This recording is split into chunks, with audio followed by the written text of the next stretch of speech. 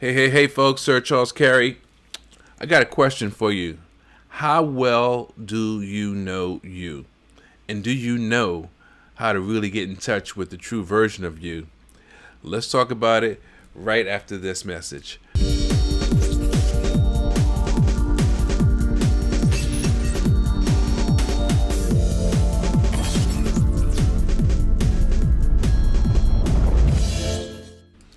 Now, yesterday I asked you about how well did you know you. I asked you in a different way. How well do you know you, or do you know the importance of personality types? Most importantly, your own. And I asked you questions like, what do you think about? Who do you want to be around? And what is your life like from a personal or professional perspective? And I asked those questions because it's supposed to enforce or encourage you to think about you, your thoughts, your decisions, your behaviors, most importantly.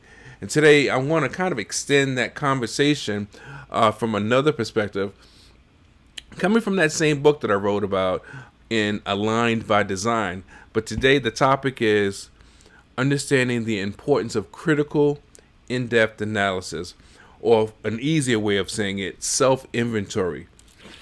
Now, the thing is, many of us, we see obviously out of our eyes and we observe what's going on around us, and that's by hearing, that's by seeing, and also by, just learning, communicating.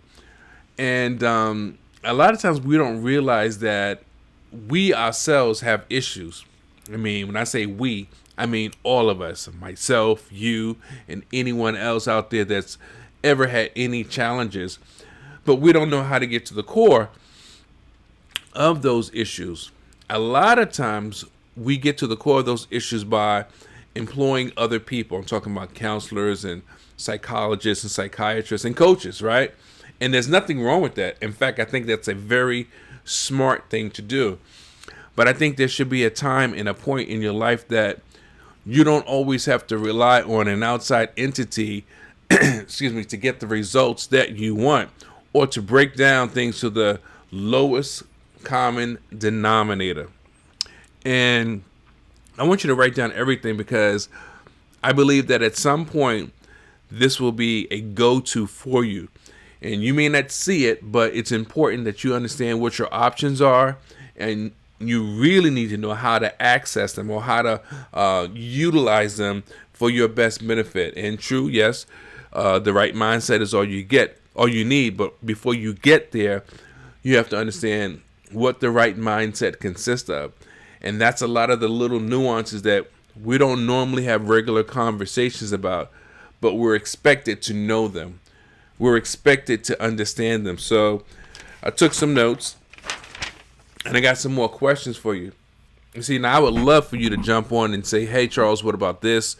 What about that? And by all means, please feel free to, ask any questions that you may have. I'm definitely open to them. In fact, I encourage them, because I learn just as you learn. We learn several ways: by seeing, by doing, by hearing, by reading and writing, right?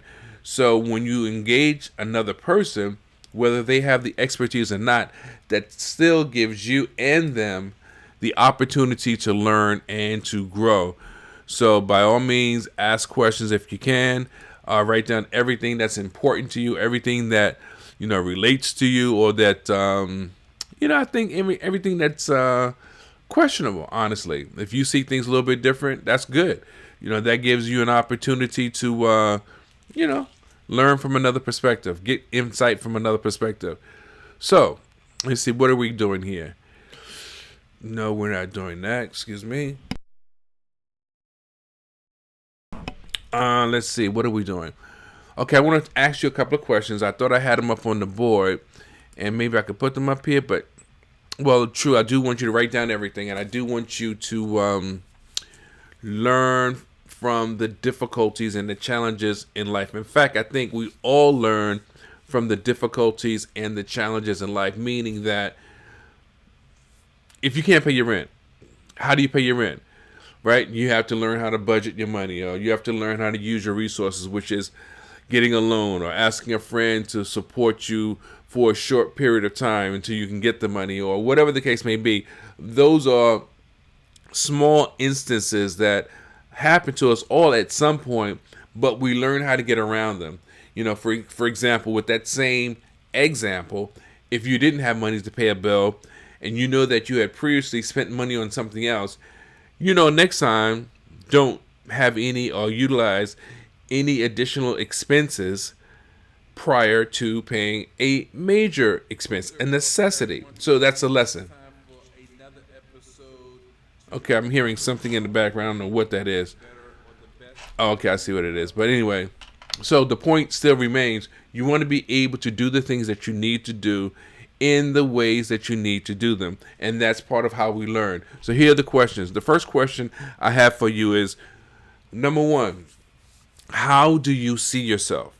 Now, again, I'm talking about critical, in-depth analysis, meaning scrutinizing your own behavior, your own actions, maybe even your thought process. So, how do you see yourself? Write that down. I want you to write it down because I want you to get a chance to really think about it. How do I see me? Now, I see myself as a positive, influential person, a person that has achieved many things and can continue to achieve many different things. Once I take the necessary action, once I put my mind on a goal and I write down how to get to that goal, and then I map it out and I begin to initiate it. I'm that kind of person. I'm also a fun-loving person. I'm a person that likes to laugh. I see myself in a variety of ways, but I also see the honesty and the truth in myself. I'm a sensitive person. I mean, I can be emotional at times, but the point is, all of those different components are the different things that make me who I am. And I see myself for just that. Now, you need to answer the question for yourself. You can write it down on a piece of paper. You want to get the book, fine, get the book. That's great. I think it's a great interactive book that helps you walk through many of these challenges so that you can see yourself from a realistic perspective. And actually, the good thing about writing this down, whether you have the book or not, it becomes your own personal resource. Now, I would encourage you to get the book because the book is a part of a book set. And what happens is you get to reinforce not only what you say, but it's kind of like your own Bible. No one is telling you what to write. No one is telling you how to look at yourself. And if you can see yourself from an honest place and you putting that in black and white and you're writing it down, those are your genuine, authentic feelings and thoughts. And maybe tomorrow, maybe next week, you may feel a little different. Maybe you'll gain insight where if you answer that same question in the future, your answer may be a little different. Why? Because maybe you have grown. So you have to have a starting place. So number one, how do you see yourself? Now, that's generally speaking, but you can break that first question down into a couple of different components. One component would be on a personal level, as a just general person. The second way, how do you see yourself as a business person, professionally? Now, in my opinion, the core of who you are should not change. Maybe some of the nuances of how you conduct business, how you do things, how you communicate, your vocabulary, your posture, are you relaxed personally, and are you relaxed in a professional setting? Do you dress the same? Is your thinking process the same? What do you do that's so different, personal versus professional? So how do you see yourself? It can extend on or into different avenues, and you have to be able to see that for what it is. Here's a good one. Are you better in a structured environment, or is everything just loosey-goosey, willy-nilly? You just do things as you think, do things as they come up. There's no particular format, no rhyme or reason. You just do what you do, how you do it. Some people really function that way. They don't give much thought to things. They just do things.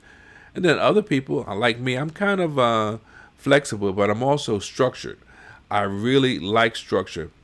Not so much having structure placed upon me, but structure that I have developed for my own life, personal life, and for my own professional life. I like doing things in a certain way.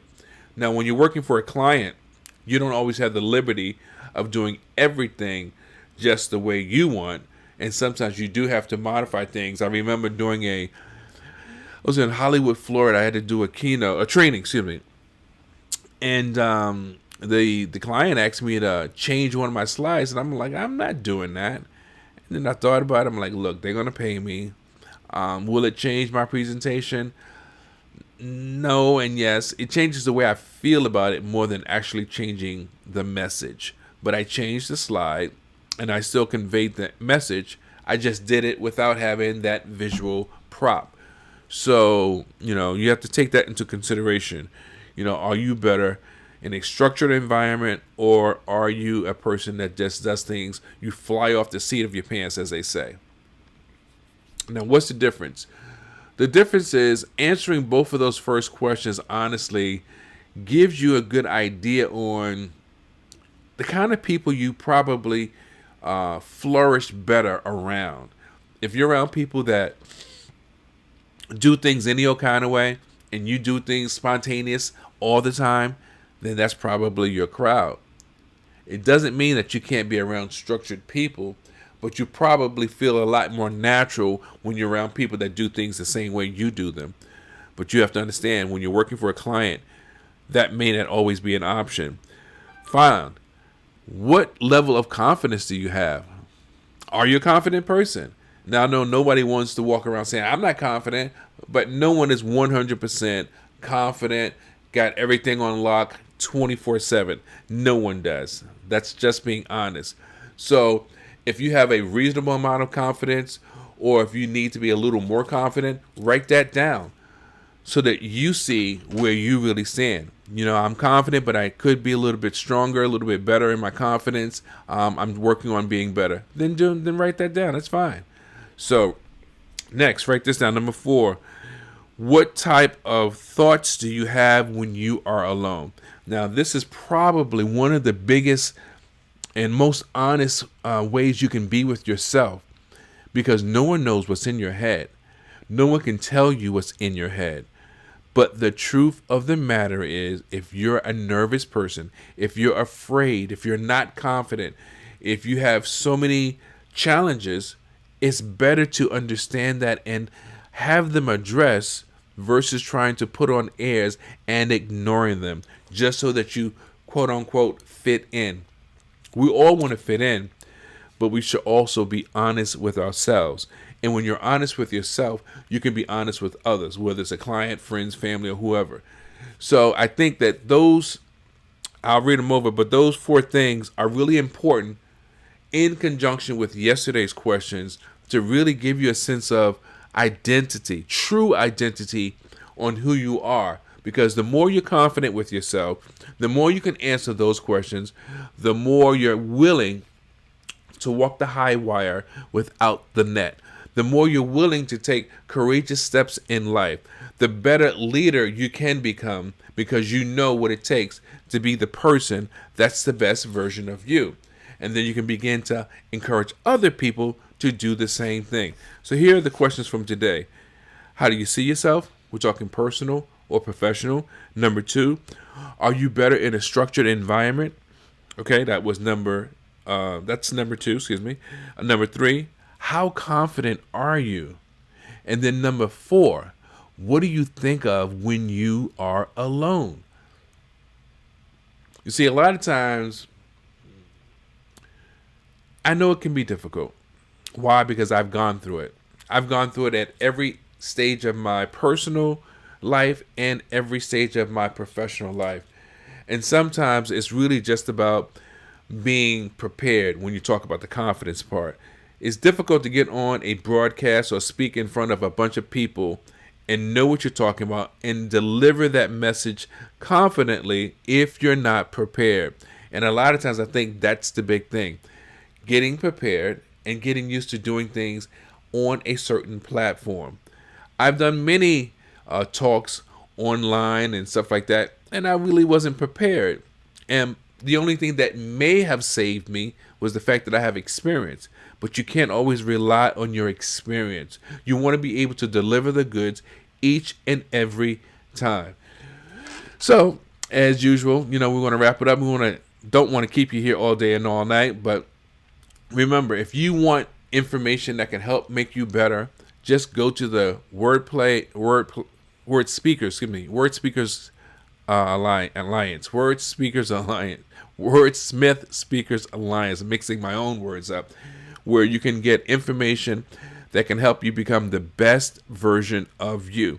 And I don't just mean, my information, which you can get that stuff here. We have that, but you can also get information from many of the people that you may see on the screen. Books from Professor Darius Wise, Bishop David Sabatino, Dr. Mangum, Terry Spain, Brian McNeil, and Janice McMillan, and many others, many others. It just depends on what you're looking for. The descriptions are all there, and I highly recommend that you get what you need and get what you want, because we are not promised tomorrow. And the longer you wait, the longer it takes for you to get to be the best version of you.